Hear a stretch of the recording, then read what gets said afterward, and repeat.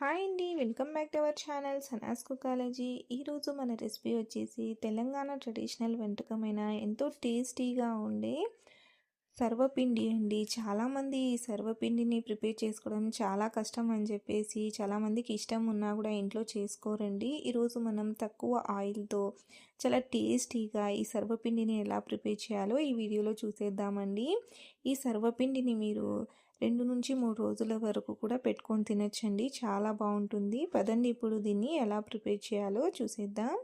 ముందుగా ఒక mixie jar తీసుకొని ఇందులోకి మనం ఒక 4 వరకు పచ్చిమిర్చిని వేసుకోవాలి. అలాగే ఒక 10 నుంచి 12 వెల్లుల్లి రబ్బలు, 1 ఇంచ్ అల్లంని ఈ విధంగా ముక్కలుగా కట్ చేసుకొని వేసుకొని ఇప్పుడు దీన్ని మరీ మెత్తగా కాకుండా కొంచెం బరకగా గ్రైండ్ చేసుకోవాలి. చూడండి, ఈ విధంగా గ్రైండ్ చేసుకొని ఇప్పుడు దీన్ని పక్కన పెట్టుకుందాం. ఇప్పుడు వేరొక జార్లోకి ఒక 1/2 కప్పు వరకు వేయించిన పల్లీల్ని వేసుకొని ఈ విధంగా పలుకులు వచ్చే విధంగా గ్రైండ్ చేసుకోవాలండి. మెత్తగా పౌడర్ లాగా చేసేయకూడదు. చూడండి, ఈ విధంగా పలుకులు ఉండే విధంగా గ్రైండ్ చేసుకొని పక్కన పెట్టుకోవాలి. ఇప్పుడు ఒక బౌల్ తీసుకొని ఇందులోకి మనం 1.5 కప్పు వరకు బియ్యం పిండిని అయితే వేసుకోవాలి. ఇప్పుడు ఇందులోకి మనం పల్లీలు పొడి వేసుకున్నాం కదండి, దాన్ని వేసుకోవాలి. అలాగే ఇందులోకి వేయించిన నువ్వులు ఒక 1/4 కప్పు వరకు వేసుకోవాలి. అలాగే ఒక 4 గంటల పాటు నానబెట్టుకున్న ఒక 1/4 కప్పు శనగపప్పును వేసుకోవాలి. అలాగే 1 టేబుల్ స్పూన్ వరకు జీలకర్ర, అలాగే రుచికి సరిపడా ఉప్పు, 1 టేబుల్ స్పూన్ వరకు కారపొడిని వేసుకోవాలండి. మీకు రుచికి తగినట్లు ఎక్కువైనా తక్కువైనా వేసుకోవచ్చు. ఇప్పుడు సన్నగా తరిగిన కరివేపాకు, సన్నగా తరిగిన కొంచెం కొత్తిమీరని వేసుకోవాలి. ఇప్పుడు ముందుగా మనం గ్రైండ్ చేసి పెట్టుకున్న పచ్చిమిర్చి, అల్లం వెల్లుల్లి పేస్ట్ని కూడా వేసేసుకోవాలి. ఇప్పుడు దీన్ని ఒకసారి బాగా కలుపుకోవాలండి. అన్నీ ఈ పిండిలో బాగా కలిసిపోవాలన్నమాట.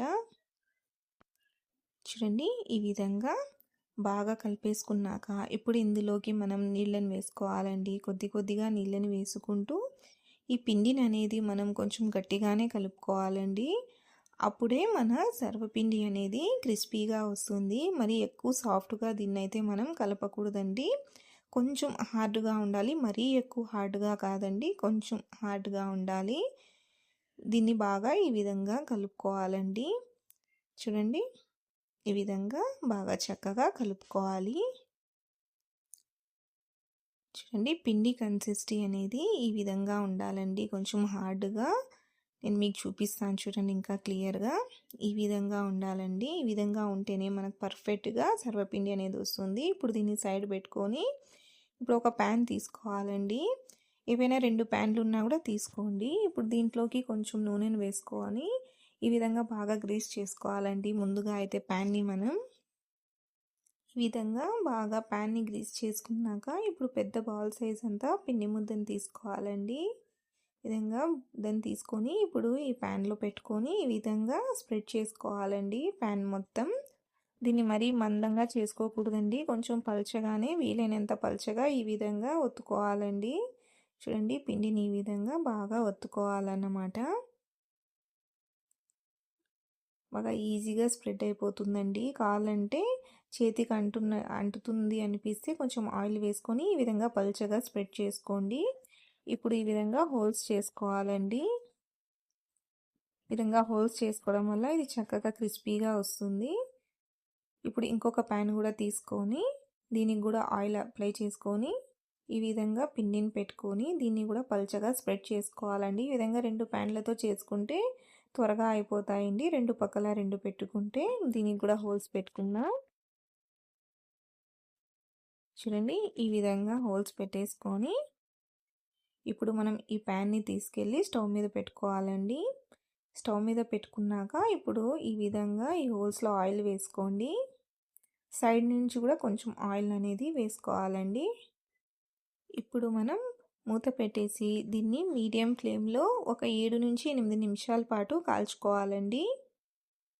8 నిమిషాల తర్వాత చూడండి, ఇది చక్కగా కాలిందండి. చూడండి ఎంత బాగా పైకి లేచిందో. బాగా చక్కగా కాలితే ఈ విధంగా ఆటోమేటిక్గా పైకి అనేది లేస్తుందండి. ఇప్పుడు దీన్ని మనం ప్యాన్లో నుంచి తీసేసుకుందామండి. చూడండి ఎంత చక్కగా కాలిందో. ఇది కొంచెం చల్లగా అయితే ఇంకా క్రిస్పీగా అవుతుంది. ఇప్పుడు వేరే సర్వపిండిని కూడా మనం సేమ్ ప్రాసెస్లో చేసుకోవాలండి.